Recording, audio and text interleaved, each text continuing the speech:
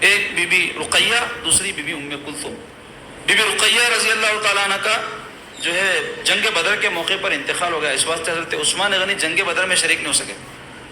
تو پیارے آقا علیہ الصلوۃ والسلام اپنی اور ایک شہزادی بی بی ام کلثوم سے سیدنا عثمان کا حق فرما دی، اور حضور ارشاد فرمائے تھے اللہ تعالیٰ مجھے کئی بیٹیاں دیتا اور وہ انتقال کرتی جاتی تو میں عثمان کے حق میں دیتا جاتا۔ تو سرکار پاک صلی اللہ علیہ وسلم کی 2 مرتبہ دامادی کا شرف ان کو حاصل ہوا، اور ایک شرف ہے صاحب الہجرتین حضرت عثمان غنی۔ صاحب الہجرتین یعنی 2 ہجرت کرنے والے، جیسے میں واقعات مکہ مکرمہ کے بیان کیا تھا، حضور کے اعلان نبوت کے بعد کے 5 نوی میں پہلی ہجرت ہوئی ملک حبشہ کی طرف، تو اس میں حضرت عثمان غنی شریک تھے، اس ہجرت میں ہجرت فرمائے۔ پھر جب مدینہ طیبہ کی ہجرت ہوئی، حضرت عثمان غنی کو معلوم ہوا تو آپ حبشہ سے ہجرت کر کے مدینہ کو بھی آئے۔ تو اس طرح 2 ہجرتیں کرنے کی وجہ سے آپ کو صاحب الہجرتین کہا جاتا ہے۔ اور دوسری سعادت یہ ہے جو کسی بھی انسان کو روئے زمین پر نصیب نہیں ہوئی، علماء کہتے ہیں وہ تھی کہ ایک نبی کی 2 بیٹیاں آپ کے حق میں آئی، حضرت بی بی رقیہ اور بی بی ام کلثوم رضی اللہ تعالیٰ عنہ۔ اس کے علاوہ ہجرت کے تیسرے سال میراث کے احکام نازل ہوئے۔ میراث کسے کہتے ہیں؟ کوئی آدمی مر جائے تو اس کے جو حصے بٹتے نا اس کو میراث کہتے ہیں۔ قرآن مجید میں اس حوالے سے 3 آیات ہے، 3 آیات میں اللہ تعالیٰ نے پورے حصے بٹے بیان فرما دیے ہیں۔ یعنی کوئی شخص مر جائے یا کوئی عورت مر جائے تو جو بھی کچھ وہ چھوڑ کے مرتے ہیں اس میں اس کے اولاد کا، اگر عورت مرے تو اس کے شوہر کا بھی حق ہوتا، اور بچوں کا، اور جن کا حق بنتا ہے اس کی تفصیل قرآن مجید میں اللہ تعالیٰ نے نازل فرمائی۔ اور یہ ایک بڑا اہم مسئلہ عزیزو، اس حوالے سے میں یہ بات کہنا ضروری سمجھتا ہوں کہ آج مسلمانوں میں آپ دیکھو میراث کو لے کر کے، ترکے کو لے کر کے بڑے جھگڑے ہیں۔ کئی تو ہمارے مسلمانوں میں ایسے کم عقل لوگ ہیں جو اپنے ماں باپ سے ان کی زندگی ہی میں اپنے حق کا مطالبہ کرتے ہیں اور کہتے ہیں کہ ہمارا حصہ دے دو۔ تو پتہ چلنا چاہیے، آپ لوگوں کو معلوم ہونا چاہیے اس بات سے، یا اس بات کا علم ہونا چاہیے کہ اسلام میں کسی بھی زندہ آدمی کا ترکہ نہیں ہوتا، اور اس کا مال جو ہے تقسیم نہیں ہو سکتا۔ ہاں وہ خود چاہے تقسیم کرتے، اس کی مرضی ہے، وہ مالک ہے، مختار ہے، لیکن حق کسی کا نہیں بنتا کہ وہ مطالبہ کرے، سوائے اس کے کہ شریعت نے جو حقوق رکھے ہیں زندوں کے ساتھ دیگر زندوں کے، مثلا ماں باپ کا حق ہے، ان کا نفقہ اولاد پر ہے، ایسے ہی بیوی کا حق ہے شوہر کے اوپر، بچوں کا حق ہے باپ کے اوپر۔ تو یہ جو مالی حقوق بنتے ہیں، یہ حق کے علاوہ حصے بٹے کر دینے کا، زندگی میں کسی کو مطالبہ کرنے کا حق نہیں ہے۔ تو جاننا چاہیے کہ یہ بڑا اہم مسئلہ ہے۔ اور پھر مر جانے کے بعد بھی ہمارے پاس لوگ لڑ لیتے رہتے، بچے لڑ لیتے رہتے، ہم کو اتنا دینا، ان کو اتنا دینا، جبکہ اللہ تعالیٰ جب مقرر کر دیے ہیں کسی کا حق تو پھر کسی کو یہ حق نہیں پہنچتا کہ وہ حق سے زیادہ کا مطالبہ کرے۔ کتنے آج مسائل عدالتوں میں جو ہے زیر دوران ہیں مسلمانوں کے، ترکے کے جھگڑے، ایسے ہی کتنے فتووں کے لیے نظامیہ سے رجوع ہوتے اور دیگر مدرسوں سے رجوع ہوتے، فتوے سب حاصل کر لیتے لیکن عمل نہیں کرتے، لالچ کی وجہ سے، حرص کی وجہ سے، جہالت کی وجہ سے، اور دین سے دوری کی وجہ سے۔ یاد رکھو دینداری صرف نماز روزہ داڑھی ٹوپی کا نام نہیں ہے، بلکہ اللہ اس کے رسول نے جو حکم ہم کو دیا ہے اس کے آگے بلا چو و چرا گردن جھکانے کا نام دینداری ہے۔ آدمی کامل طور پہ دیندار اسی وقت ہو سکتا ہے جب وہ اللہ اس کے رسول کے حکم کے آگے اپنی گردن جھکا دے، ہر معاملے میں، صرف نماز میں نہیں، نماز میں بھی جھکانا ہے ایک مسلمان کو اپنی گردن۔ اور دوسرے جو شریعت کے احکام ہیں، چاہے وہ ترکے سے متعلق ہو، چاہے زوجین کے کوئی حقوق سے متعلق ہو، یا دیگر حقوق جو شریعت نے مقرر اور متعین کی ہیں، یا جو قانون شریعت کا ہے اس میں جو ہم کو احکام دیے گئے ہیں، ان سب کو ہم دل و جان سے قبول کریں، تبھی سچے معنوں میں مسلمان ہوں گے، ورنہ نہیں۔ کئی ایسے واقعات تفسیروں میں آئے ہیں مختلف آیات کے حوالے سے کہ جس میں جو ہے شریعت کے احکام نازل ہونے کے بعد میں اگر کوئی جو ہے اس کو ماننے کے بارے میں پس و پیش کیا ہے تو صحابہ اس کو منافق سمجھتے تھے، مسلمان نہیں مانتے تھے۔ اور آج آپ دیکھیں ہم شریعت کی حفاظت کی بات کرتے ہیں، اس پر نعرے بازیاں کرتے ہیں، جلسے کرتے ہیں، لیکن شریعت کے احکام کو سب سے زیادہ پامال مسلمان ہی کرتے، کوئی دوسرا کرنے کی ضرورت ہی نہیں۔ طلاق کیسا دینا احکام نہیں معلوم، شریعت میں ترکے کے جو احکام ہیں اس کا علم نہیں بھی ہوگا، بھائی سب کو ہو ضروری بھی نہیں ہے، سب قاضی مفتی ہونا تو ضروری نہیں ہے، لیکن کبھی نوبت آ جائے اور معلوم ہو جائے کہ بھائی یہ حکم ہے شریعت میں تو اس کے سامنے گردن جھکانا تو ضروری ہے نا۔ کوئی مفتی رہا تو جو ہے احکام ماننا ہے کیا؟ کوئی مولوی رہا، کوئی واعظ رہا تو انہیں شریعت کے احکام کو قبول کرنا ہے کیا؟ ہر مسلمان کو کرنا ہے۔ یہ مسلمان ہونے کی وجہ سے ہے، نہ کہ کوئی صاحب علم ہونے کی وجہ سے ہے کہ احکام مانے. تو اس کا ہم کو خیال رکھنا چاہیے. کئی عورتیں ہیں ان کو اعتراض رہتا 4 شادیوں کی اجازت کیوں ہوئی اسلام میں. میں پھر کہوں گا میں کوئی 4 شادیوں کے لیے انکریجمنٹ نہیں کر رہا ہوں کسی کو، لیکن شریعت کا ایک حکم ہے، اللہ رسول کا حکم ہے. دور حاضر میں کرنے میں بھلائی ہے نہیں، ایک الگ مسئلہ ہے.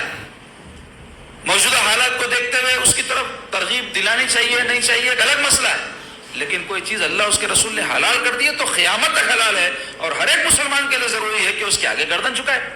لیکن اس پر اعتراض کر رہے ہیں اور غیر مسلموں کے ساتھ کئی برائے نام مسلمان نام نہاد بیٹھ کر جو ہے مخالفت کر رہے ہیں ٹی ویوں کے اوپر، ڈیبیٹوں کے اوپر.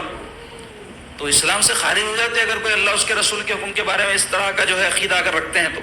تو مختصر یہ کہ ہجرت کے 3 سال کے یہ اہم کچھ واقعات ہیں جو آپ کے سامنے رکھے گئے. اب آئیے ہجرت کے 4 سال کے کچھ اہم واقعات بیان کروں گا.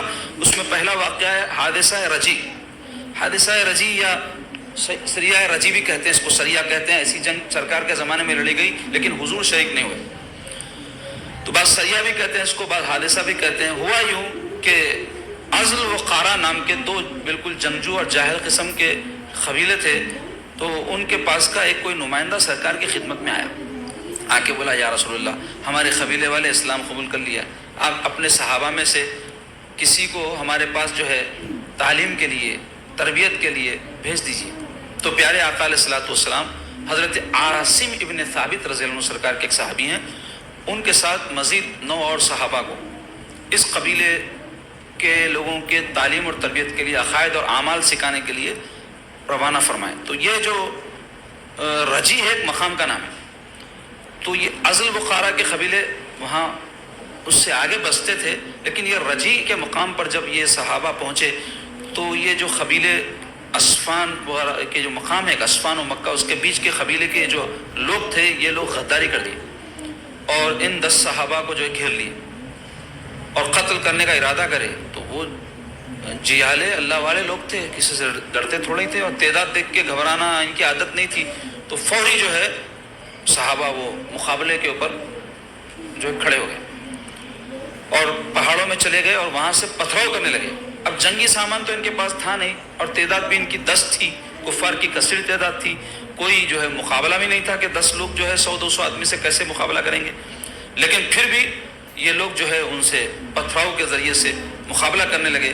تو کفار جو ہے دھوکہ دیے اور کہنے لگے کہ بھائی ہم آپ کو امان دیتے ہیں، ہم آپ کو نقصان نہیں پہنچائیں گے، ہم غلطی کر دیے، آپ لوگ نیچے آ جائیے. تو حضرت عاصم بن ثابت رضی اللہ عنہ سمجھ گئے کہ دھوکہ دے رہے ہیں اور آپ ارشاد فرمائیں کہ ہم جو ہے تمہاری باتوں کو نہیں مانتے اور ہم تم سے لڑیں گے اور تم کو جو ہے ہم جواب دیں گے، لیکن لڑتے ہوئے آپ اور اپنے دیگر 6 ساتھیوں کے ساتھ شہید ہو گئے. 3 صحابہ حضرت خبیب رضی اللہ عنہ، حضرت زید ابن دفینہ اور عبداللہ ابن طارق رضی اللہ عنہ ان کافروں کی باتوں میں آ کر پہاڑ سے نیچے اتر کے آئے.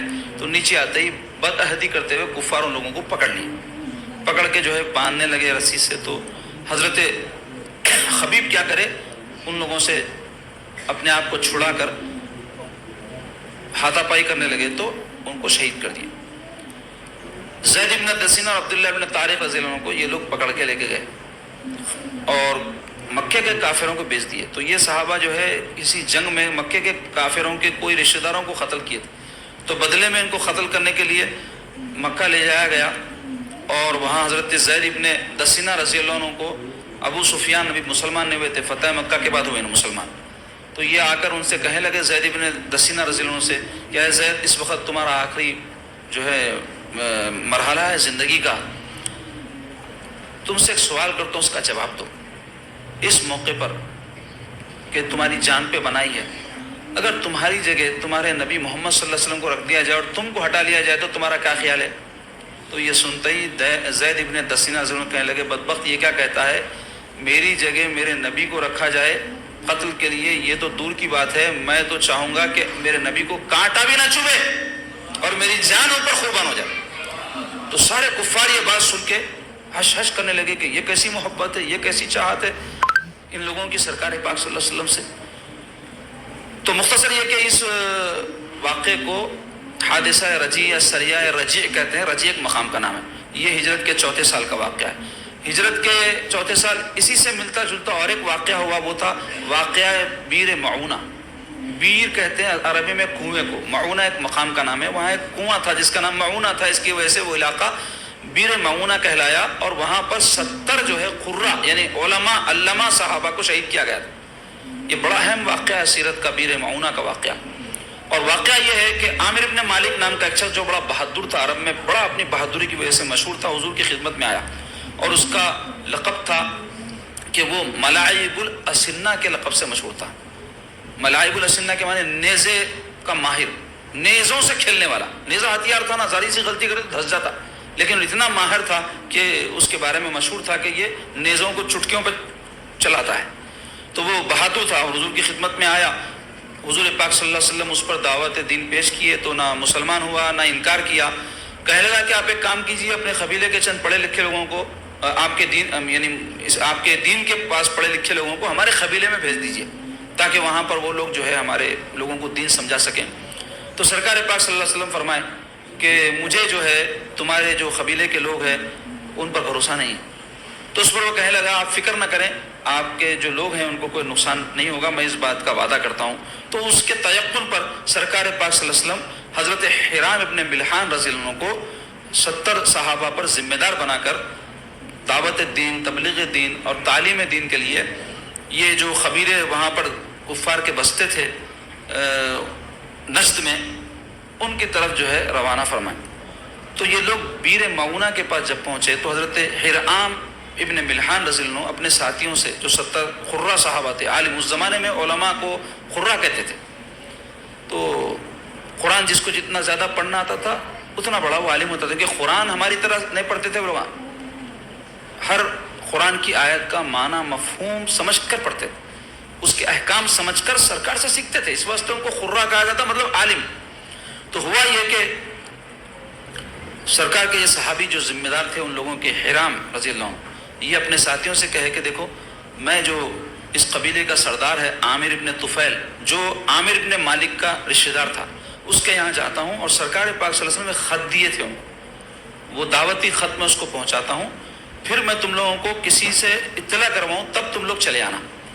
تو یہ سرکار کے صحابی پہنچے اس کے دربار میں، اور وہاں جا کر کے سرکار پاک صلی اللہ علیہ وسلم کا خط دیے، تو کھول کے پڑھا بھی نے بدبخت وہ کون، عامر ابن طفیل، اور خط کو پھاڑ دیا اور اپنے ساتھ جو لوگ تھے ان میں ایک کو اشارہ کیا، تو وہ آگے بڑھ کر حضور پاک صلی اللہ علیہ وسلم کے اس صحابی کو جو ہے برچھا پیٹ میں دھسا دیا، جس کی وجہ سے آپ شہید ہو گئے۔ اور اطراف و اکناف کے جو قبیلے تھے، زعل، ذکوان وغیرہ، وہاں کے قبیلوں کے جو پورے جنگجو تھے ان سب کو جمع کیا، 200-300 افراد کو، اور یہ صحابہ بیچارے بے خبر تھے، ان کو پتہ ہی نہیں وہاں کیا ہوا، تو آپس میں طے کرے کہ بھئی ہم کو ہمارے جو سردار تھے اس لشکر کے یا اس جماعت کے، لشکر تو نہیں تھا، وہ لڑنے تو نہیں گئے تھے، جماعت کے، ان کے بارے میں معلوم کرنا چاہیے، بلکہ سب آگے بڑھنے لگے۔ تو یہ کفار کیا کرے، پورے جمع ہو کے ان لوگوں کو گھیر لیے اور ایک بار کی ان پر زوردار حملہ کیے۔ ان کو توقع ہی نہیں تھی، کیونکہ یہ علماء تھے نا بھائی، تو علماء جو ہوتے ہیں کیا وہ لڑائی جھگڑے کے ارادے سے جاتے، تبلیغ کے لیے گئے تھے، کوئی جنگی تیاری نہیں تھی، اور اچانک کے حملے سے کوشش تو کیے اپنے آپ کو بچا لے، لیکن بچا نہیں پائے اور سارے کے سارے شہید کر دیے۔ 70 صحابہ کے جو ہے خون سے وہ بیر معونہ کی سرزمین رنگین ہوئی، اور کفار جشن منائے ان کی جو ہے لاشیں مبارکوں پر۔ ایک صحابی حضرت عمر ابن امیہ زمری رضی اللہ عنہ کو یہ عامر ابن طفیل جو کافر تھا وہ یہ کہہ کر چھوڑ دیا کہ میری ماں منت کری تھی ایک غلام آزاد کریں گی، بلکہ میں تیرے کو غلام بنا لیا تھا، یہ جنگ میں تو پکڑے گیا، مجھے غلام بنا لیا، اب میں تجھے آزاد کر دوں، آزاد کر دیا یہ کہہ کر کے۔ تو آپ بڑی شرمندگی محسوس کرے کہ مجھے شہید کیوں نہیں کر دیا گیا، یہ مجھے آزاد چھوڑ دیا، کیونکہ میرے ساتھیوں کے ساتھ بھی اگر میں شہید ہو جاتا تو میرے لیے خوش قسمتی کی بات ہوتی، لیکن انہوں نے چھوڑا کیوں بول تو یہ صحابی جا کے حضور کو پوری دردناک داستان سنانا اور حضور کو اذیت اور تکلیف ہونا۔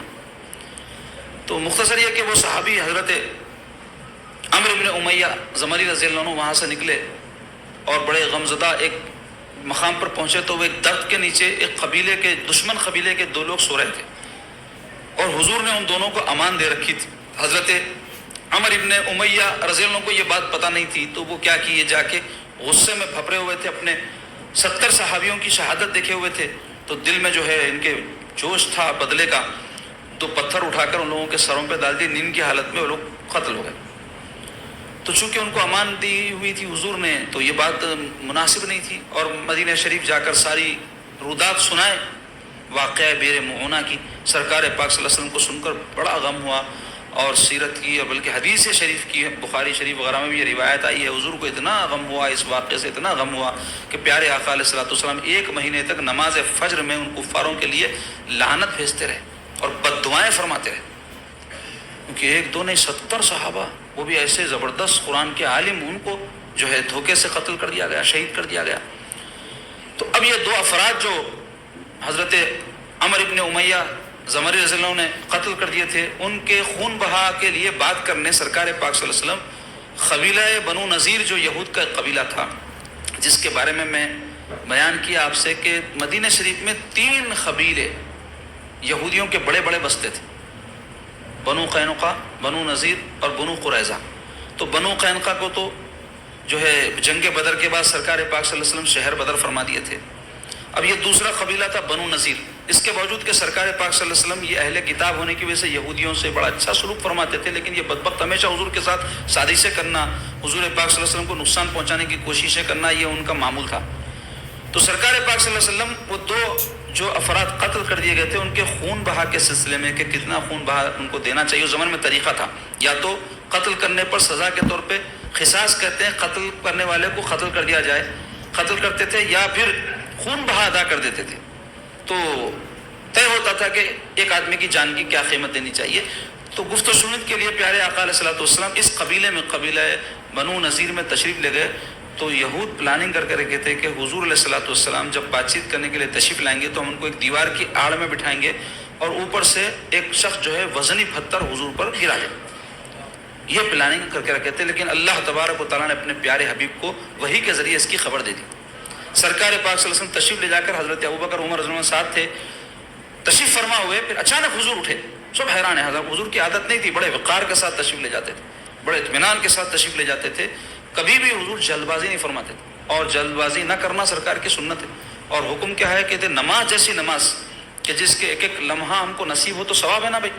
نماز میں اگر کوئی 2 رکعت جماعت سے پڑھا، 4 رکعت والے نماز میں 2 رکعت کا ثواب ہے، 2 کا الگ پڑھنے کا ثواب ہے، لیکن اگر کوئی شروع سے شریک رہا تو زیادہ ثواب ہے۔ لیکن اگر کوئی شخص مسجد میں داخل ہوا اور دیکھا نماز کی جماعت کھڑی ہوئی، تو حکم یہ ہے کہ وہ اطمینان سے جا کر شامل ہو، نماز میں بھاگتا ہوا نہ جائے، دوڑتا ہوا نہ جائے۔ یہ فقہ کی کتابوں میں مسئلہ لکھا ہوا ہے، کئی لوگ دوڑتے ہوئے جاتے، تو سرکار فرمائے نہیں، وقار کے ساتھ جاؤ، اطمینان کے ساتھ جاؤ۔ سانس پھول رہی، بھاگ لیتے جا کے جماعت میں شریک ہو رہے ہیں، رکوع مل جانا تاکہ ایک رکعت مل جانا، یہ مناسب نہیں۔ تو مختصر یہ کہ حضور کی عادت تھی اطمینان، وقار۔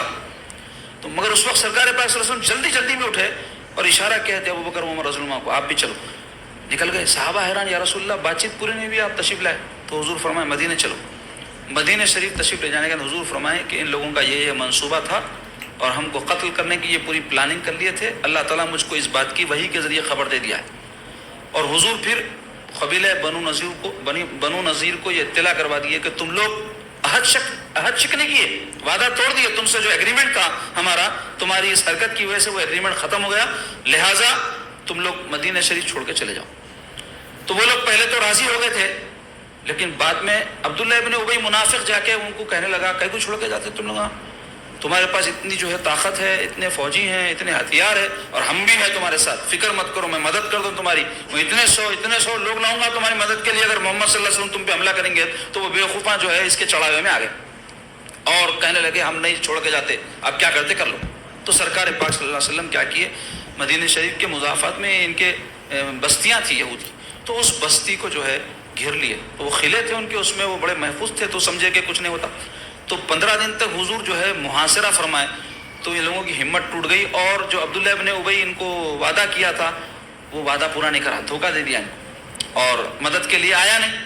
تو یہ لوگ 15 دن کے بعد میں پریشان ہو گئے۔ بڑی تفصیل واقعات کی، مختصر یہ کہ وہ لوگ اس شرط پر سرکار پاک صلی اللہ علیہ وسلم سے وعدہ کیے کہ ہم اپنا شہر چھوڑ کے چلے جائیں گے، کہ ہمارے ساتھ جو لے جا سکتے ہم کو لے جانے کی اجازت دے دو، مال دولت ہتھیار جو۔ تو حضور فرمایا ٹھیک ہے، تمہارا مال ہے، تم ہی لے جاؤ، ان کو ضرورت ہی نہیں۔ تو 600 اونٹوں کے اوپر اپنا سامان، سونا چاندی، ہتھیار، اناج، جو لا سکتے تھے لاد لے کے گئے، اور یہ علاقہ خالی کر دیے، اور ان فتنہ پروروں سے مدینہ شریف کا وہ مقدس علاقہ خالی ہو گیا۔ سرکار پاک صلی اللہ علیہ وسلم جب ان کے خلوں میں داخل ہوئے تو وہاں مسلمانوں کو مال غنیمت حاصل ہوا۔ کئی تلوار لے کے نہیں جا سکے تو جتنی ان کی طاقت تھی اس کے مطابق لے گئے، بہت ساری تلوار اور جنگی لباس، زرہ کہتے ہیں اس کو، اور اسی طرح ٹوپیاں جنگ میں جو پہنتے ہیں وہ مسلمانوں کو مال غنیمت کے طور پہ حاصل ہوئی۔ تو یہ اس کو کہتے ہیں غزوہ بنو نذیر، جو ہجرت کے چوتھے سال کا واقعہ ہے۔ ہجرت کے چوتھے سال کے اہم واقعات میں سے ایک واقعہ ہے بی بی فاطمہ بنت اسد رضی اللہ تعالیٰ عنہ کا وصال۔ بی بی فاطمہ بنت اسد کون ہے؟ مولا علی رضی اللہ عنہ کی والدہ، سرکار پاک صلی اللہ علیہ وسلم کی وہ جو ہے مشفقہ، وہ جو ہے سرکار پاک صلی اللہ علیہ وسلم کی خدمت گزار خاتون کے سرکار پاک صلی اللہ علیہ وسلم جب عمر شریف کے 8ویں سال اپنے دادا بزرگوار کے سایہ شفقت سے بھی محروم ہو گئے تھے، تو یہ حضرت ابو طالب ان کو اپنی جو ہے کفالت میں سرکار کو لے لیے تھے، تو بی بی فاطمہ بنت اسد رضی اللہ عنہ حضور کی پوری پرورش کی، حضور کے کھانے کا، لباس کا، ضروریات کا خیال رکھتی تھی۔ ایسی پیاری یہ بی بی تھی اور حضور پاک صلی اللہ علیہ وسلم ان کو بڑا چاہتے تھے، ان کو اماں جان کہتے تھے۔ تو ان کا مدینہ شریف میں انتقال ہوا تو پیارے آقا علیہ الصلوۃ والسلام بنفس نفیس ان کی قبر میں اترے اور ان کے لیے حضور دعا فرمایا اور کچھ دیر قبر میں تشریف فرما ہو گئے تاکہ ان کی قبر میں جو ہے اللہ کی رحمت نازل ہو۔ اور اسی سال بی بی زینب بنت خزیمہ رضی اللہ عنہ ام المومنین کا بھی وصال ہوا، سرکار پاک صلی اللہ علیہ وسلم کی زوجہ پاک۔ اور اسی چوتھے سال سرکار پاک صلی اللہ علیہ وسلم نے بی بی ام سلمہ رضی اللہ تعالیٰ سے عفو فرمایا۔ بڑی پیاری بی بی ہیں بی بی ام سلمہ، ان کے بھی بڑے فضائل ہیں، بڑے واقعات ہیں۔ ان کے شوہر ابو سلمہ رضی اللہ تعالیٰ جو پہلے ہجرت کیے، سب سے پہلے فرد ہے جو ہجرت کیے، ان کے شوہر کا انتقال ہونے کے بعد سرکار پاک صلی اللہ علیہ وسلم ان سے جو ہے عقد فرمائے۔ اور اسی چوتھے سال ہجرت کے چوری کی سزا قرآن میں نازل ہوئی۔ چوری کی کیا سزا ہے اسلام میں؟ ہاتھ کاٹنا، شرعی سزا۔ جہاں شرعی احکام نافذ ہوتے ہیں وہاں اگر کوئی چوری کرے تو اس کے لیے شرط یہ ہے، کچھ شرائط ہیں، مقدار وہ 10 درہم کم سے کم ہونا، وہ 10 درہم کے حساب سے کیا ریٹ ہے آج کے حساب سے وہ دیکھا جائے گا۔ پھر وہ چیز کسی محفوظ جگہ پر رہنا، پبلک پلیس پہ نہیں رہنا۔ پبلک پلیس سے کوئی چوری کرے تو وہ بھی چوری ہے، جیسے کوئی پبلک پلیس سے کنڈے مار دے رہا، گولے مار دے رہا، یا اور کوئی چیزیں سٹنگ کر لے رہا، کرتے نا ہر زمانے میں ہوتا ہے، تو وہ چوری کہلائے گی لیکن شرعی سزا نافذ نہیں ہو سکتی اس میں۔ کیوں؟ اس واسطے کہ وہ محفوظ جگہ نہیں ہے نا، عام جگہ ہے، کوئی بھی چوری کر سکتا۔ تعزیرات ہے اس پہ، تعزیرات بولے تو جج کے اوپر ہے، چاہے تو انہیں کوڑے لگائے یا 2-3 دن بھیج دے اس چور کو جیل میں، اس کو تعزیرات بولتے۔ تو جو حدود ہے، شرعی سزا کیسے بولتے؟ حدود بولے تو شریعت میں جو حکم کسی سزا کا آیا ہے اس کو نافذ کرنا حدود کہلاتا ہے۔ تو چوری پر ہاتھ کاٹنا کچھ شرائط کے ساتھ، لیکن وہ حکم نازل ہوا۔ تو دیکھنے میں آتا کہ مسلمانوں میں بھی بہت سے لوگ کرتے ایسی حرکتیں، چوریاں کرتے۔ چوری چھوٹی چیز کی ہو بڑی چیز کی ہو، بولتے چوری چ، ہاں سزا دینے کے لیے جو شرائط ہے وہ ایک الگ چیز ہے، لیکن چوری کرنا تو چوری کرنا ہی ہے اور بری بات ہی ہے، تو نہیں کرنا چاہیے چوری۔ گھروں میں کر لیتے چوری، کسی کی چیز بغیر پوچھے لے لینا بھی چوری کی طرح ہے۔ عادت ڈالنا، بچوں کو بچپن سے سکھانا، پوچھ کے لینے کی عادت رہنا، ورنہ کیا ہو جاتا بعد میں ڈھیٹ ہو جاتے، پوچھنا کیا ہے بولتا، اور اس کے بعد تو چھین کے لینا شروع کرتا، چور جا کر ڈاکو بن جاتا۔ تو اس واسطے بچوں میں تربیت کے حوالے سے یہ بات کا خیال رکھنا، ان کی چیزیں کیا ہے دوسروں کی چیزیں کیا ہے، اس کا فرق ان کو معلوم رہنا ہمیشہ۔ تو اس کی عادت ڈالنا ماں باپ کا کام ہے، تربیت کرنا ماں باپ کا کام ہے، تاکہ بڑے ہو کے وہ لوگ ایسے کوئی حرکات نہ کریں جو ماں باپ کے لیے بھی خود ان کے لیے بھی برے اور نقصان پہنچانے والے۔ اس کے علاوہ ہجرت کے چوتھے سال شراب کی حرمت نازل ہوئی۔ اس حوالے سے بھی بڑی تفصیل ہے، وقت میں گنجائش نہیں ہے اس کی تفصیل بیان ہوگی۔ شراب ایک لفظ حرام نہیں ہوئی، سلسلہ وار اللہ تبارک و تعالیٰ اس کو حرام قرار کی، لیکن پورے طور پہ اس کا استعمال کرنا جو حرام قرار دیا گیا وہ ہجرت کے چوتھے سال۔ اور آپ اندازہ لگاؤ، قربان جاؤ صحابہ اکرام کے، اللہ تعالیٰ کے احکام پر کیسے عمل کرتے تھے۔ جب تک شراب حرام نہیں تھی، پینا کوئی بری بات نہیں تھی تو پی جاتی تھی، لیکن جو پاکیزہ نفس تھے لوگ ابتدا سے، وہ جو ہے جس وقت شراب حرام نہیں ہوئی تھی اس وقت بھی نہیں پیتے تھے۔ آپ دیکھو غیر مسلموں میں بعض اچھی طبیعت کے لوگ رہتے ہیں، اس کے باوجود کہ ان کے پاس حرام حلال کا چکر نہیں ہے، لیکن وہ نشہ نہیں کرتے۔ اور کئی مسلمانوں میں ایسے بدبخت ہیں کہ ان کو پتہ ہے کہ یہ حرام ہے، لیکن اس حرام کو استعمال کرتے اور اس میں کوئی بری بات نہیں سمجھتے۔ کئی تو واقعات میرے تک ایسے آئے کہ ایک بچہ ہے، اس کی شادی نہیں، بلکہ اماں ایک وقت، حضرت ہمارے بچے کی شادی نہیں ہو رہی، شادی نہیں۔ میں پوچھا ان سے، اماں کیوں نہیں ہو رہی؟ تو بہت پوچھنے پر بولے جی حضرت ایک عادت ہے ہمارے بچے میں، بولے نشہ کرتا.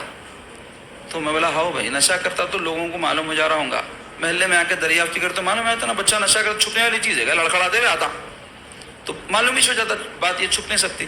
تو بولے نہیں جی حضرت ہمارا بچہ پی کو خاموش چپوس ہو جاتا، یہ جملے تھے ان کے. تو مطلب اس کو ایسا نشہ خاموشی سے کرتا، کسی کو معلوم ہی نہیں ہوا تو بھی کوئی رشتہ ٹوٹ جا رہا بولنا چاہ رہے انہوں، یہ نہیں بول رہے ہیں کہ ان کا بچہ نشہ کر رہا سب بری چیز ہے. تو عادت کیسا پڑیں گی اس کو؟ ماں باپ تربیت نہیں کرے، بچپن سے بچوں کی طرف توجہ نہیں دیے تو یہ سب برے عادت نہ پیدا ہوتے. تو ماں باپ کا کام ہے، اللہ نہ کرے کسی کا بچہ مسلمان کا نشے کا عادی ہو جائے، لیکن نشہ نہیں کر کے دوسرے برے کام کرنا اچھی چیز ہے کیا؟ وہ بھی برے سے. کسی کو زبان سے بری بات بول کے دل دکھانا بھی برا ہے اسلام میں. سرکار پاک صلی اللہ علیہ وسلم جو ہے فرمائے کہ تم اپنے لیے جو پسند کرتے ہو اپنے مومن بھائی کے لیے وہ پسند کرو. تو ہم اپنے لیے لوگوں کی باتیں سننا پسند کرتے، کیا تعریف سننا پسند کرتے نا، لوگ ہماری واہ واہ کرے پسند کرتے، پھر دوسرے کو ہم برا نہیں بولنا، کیونکہ اپنے لیے ہم کسی کو پسند نہیں کریں گے کہ ہم کو برا بولے. تو مختصر یہ کہ یہ جو شراب کی حرمت ہے ہجرت کے چوتھے سال نازل ہوئی. اس کے علاوہ اسی ہجرت کے چوتھے سال سرکار پاک صلی اللہ علیہ وسلم کے دوسرے شہزادے نواسہ رسول لخت جگر بطول شہید کربلا حضرت امام حسین رضی اللہ عنہ کی ولادت پاک ہوئی. اور یہ دونوں شہزادے جو پیدا ہوئے تھے سرکار پاک صلی اللہ علیہ وسلم رکھے ان کے نام. پہلے سیدنا علی سے پوچھے علی کیا نام پسند کرے، حضرت امام حسن کے بعد سیدنا علی بولے یا رسول اللہ حرب رکھا ان کا نام. حرب کے معنی ہوتے جنگ کے، تو وہ عرب میں یہ نام عام تھے اس واسطے کہ لوگ بہادر تھے، لڑتے جھگڑتے تھے نا، تو ایسے نام رکھتے تھے بچوں کے دشمن ڈرنا. تو حضرت علی بھی جو رکھے وہ صحیح تھی بات، حرب نام. مگر سرکار فرمائے نہیں علی میرا بیٹا حرب نہیں، میرا بیٹا تو حسن ہے، میرا بچہ. حسن کے معنی اچھے کے ہوتے نا. تو حضرت امام حسن کا بھی حضرت امام حسین کا بھی نام پیارے آقا علیہ الصلوۃ والسلام تجویز فرمائے. ان کی تہنیک بھی حضور فرمائے. تہنیک بول تو بچے کو جو ہے کھجور چٹانا، کان میں اذان دینا، اس کو بولتے تہنیک. تو سرکار پاک صلی اللہ علیہ وسلم اپنے دونوں شہزادوں کی خود تہنیک فرمائے. تو یہ تھے ہجرت کے چوتھے سال کے کچھ اہم واقعات جو اختصار کے ساتھ آپ کے سامنے بیان ہوئے. اب آئیے ہجرت کے 5ویں سال کے کچھ واقعات بیان ہوں گے، جس میں پہلا واقعہ ہے غزوہ ذات الرقاع کا. جیسے میں آپ سے عرض کیا کہ جنگ احد میں مسلمانوں کو نقصان اٹھانا پڑا نا، تو اس سے کیا ہوا تھا، مکے اور اس کے اطراف اور مدینہ اس کے اطراف مسلمانوں کی جو ڈھاگ اور اثر تھا وہ کمزور پڑ گیا. تو کئی کفار قبیلے اس طاق میں تھے کہ مسلمانوں کو نقصان پہنچے. تو اسی حوالے سے یہ غزوہ ذات الرقاع ہوئی. سرکار پاک صلی اللہ علیہ وسلم کو اطلاع ملی کہ انمار و ثعلبہ دو قبیلے ہیں، اور یہ دونوں قبیلے مسلمانوں پر مدینہ شریف میں حملہ کرنے کی تیاری کر رہے ہیں اور لشکر تیار کر رہے ہیں. تو پیارے آقا علیہ الصلوۃ والسلام 400 صحابہ کا لشکر لے کر، یہ ذات الرقاع ایک مقام کا نام ہے. ذات الرقاع کے معنی ہوتے پیوند کے، پیوند والا علاقہ. تو بعض سیرت کے ماہرین کہتے ہیں کہ اس کا نام ذات الرقاع جو پڑا کیوں پڑا، تو وہاں کی جو زمین تھی پٹے پٹے والی تھی. ایک ٹکڑا کالا تھا، ایک ٹکڑا سفید تھا، ایک کالا ٹکڑا ایک سفید ٹکڑا. تو کوئی اوپر سے، جیسے آج کل تو ہو گیا نا ڈرون ویو، تو اگر کوئی اوپر سے دیکھا پہاڑ وہاڑ پہ چڑھ کے تو پٹے پٹے پٹے دکھتے تھے. تو اس واسطے وہ علاقے کے لوگ اس کو ذات الرقاع کہتے تھے. ایک وجہ یہ بیان کی گئی یہ ذات الرقاع پیوند والا ہونے کے معنی. دوسرا جو ہے یہ اس کی وجہ بیان کی گئی کہ صحابہ اکرام اس جنگ میں جب گئے تھے تو بڑی جو ہے معاشی تنگی میں اس وقت مبتلا تھے. اور ایک اونٹ پر مطلب اگر حساب ڈالے تو ایوریج 6 آدمی کو ایک اونٹ پڑ رہا تھا، جبکہ اونٹ پہ 2 آدمی بیٹھتے، اس سے زیادہ نہیں بیٹھتے، 3 بہت ہو گیا بیٹھ گئے. ایک اونٹ 6 آدمی. تو کیا کرتے تھے، باری باری بیٹھتے تھے. اور ایسی پتھریلی سرزمین تھی، وہ چلتے چلتے صحابہ اکرام کے پیروں کے نیچے کی جلد ادھڑ گئی تھی، تو جس کی وجہ سے اپنے کپڑے پھاڑ کے چندیاں پاؤں کو بن لیے. تو پیون ہے نا، چندی بندے تو پیون بولتے اس کو. تو اس وجہ سے بولتے کہ جو ہے غزوے کا نام ذات الرقاع پڑ گیا. سرکار پاک صلی اللہ علیہ وسلم جب وہاں اس علاقے میں تشریف لے گئے تو کافرہ ڈر کے بھاگ گئے اور جنگ کی نوبت نہیں آئی. لیکن ایک سیرت کا واقعہ ہے اور غزوات میں سے غزوہ ہے کہ سرکار جب کسی جگہ تشریف لے گئے ہیں تو اس کا ریکارڈ رکھے ہیں پورے صحابہ کرام، سیرت نگار اس کو آگے بیان کیے ہیں. اس واسطے اس ضمن میں 5ویں ہجرت کے سال کے واقعات میں یہ واقعہ ذکر کیا جاتا ہے. اس کے علاوہ دومۃ الجندل بھی ایک مقام ہے، وہاں پر بھی ایک غزوے کے لیے سرکار تشریف لے گئے تھے تو اس کو بھی غزوہ دومۃ الجندل کہتے ہیں. 1000 صحابہ کا لشکر لے کر سرکار تشریف لے گئے. وہاں کے لوگ بھی مسلمانوں پر حملہ کرنے والے، اس بات کی خبر سرکار کو ملی تھی۔ مدینے اور دمشق، جو دمشق کا ہے ملک شام کا ایک شہر ہے، ڈیمسکس بولتے ہیں آج کل اس کو انگریزی میں، اور عربی میں دمشق بولتے ہیں، بڑا جو ہے مقدس علاقہ ہے شام کا، اس کے بڑے فضائل حدیث میں آئے ہیں۔ تو پہلے ملک شام جو ہے بہت بڑا تھا، اب تو سیریا جس کو بولتے ہیں وہ سمٹ کے ایک چھوٹا سا ملک بن گیا۔ پہلے جارڈن، فلسطین اور لبنان، یہ سب ملا کر شام کا کہا جاتا تھا یہ علاقہ، اور اس کے فضائل بڑے حدیث میں بیان ہوئے ہیں۔ انبیاء کی سرزمین نہیں، حضرت ابراہیم علیہ السلام، حضرت یوسف علیہ السلام وغیرہ کے تو پورے فلسطین میں مزارات ہیں۔ تو مختصر یہ کہ مدینہ اور دمشق کے بیچ میں یہ علاقہ ہے، اور مدینے سے کافی دور ہے۔ تو سرکار پاک صلی اللہ علیہ وسلم 1000 صحابہ کا لشکر لے کر وہاں تشریف لے گئے۔ وہاں بھی کوئی خاص جنگ کی نوبت نہیں آئی، اور مسلمان وہاں کچھ دن قیام کر کے پھر واپس مدینے کو حضور پاک صلی اللہ علیہ وسلم کے ساتھ لوٹ آئے۔ اسی طرح غزوہ مریسی، یا اس کو بعض سیرت نگاروں نے غزوہ بنو مستلق لکھا ہے۔ مستلق ایک قبیلے کا نام، بنو مستلق۔ تو یہ قبیلے سے سرکار پاک صلی اللہ علیہ وسلم جنگ کیے، جس میں 10 کفار ہلاک ہوئے، اور ایک مسلمان بھی اس میں شہید ہوئے تھے، کافر کا تیر آ کے لگا۔ اس جنگ کی خاص بات کیا ہے کہ اس میں بہت سارے احکام نازل ہوئے، تیمم کے احکام نازل ہوئے، اور بھی دیگر احکام نازل ہوئے۔ واقعہ افک اسی جنگ میں ہوا۔ واقعہ افک کیا ہے بولے تو کفار اور منافقین مل کے، یہود سب مل کے سید عائشہ صدیقہ رضی اللہ تعالیٰ عنہ پر تہمت لگائے تھے۔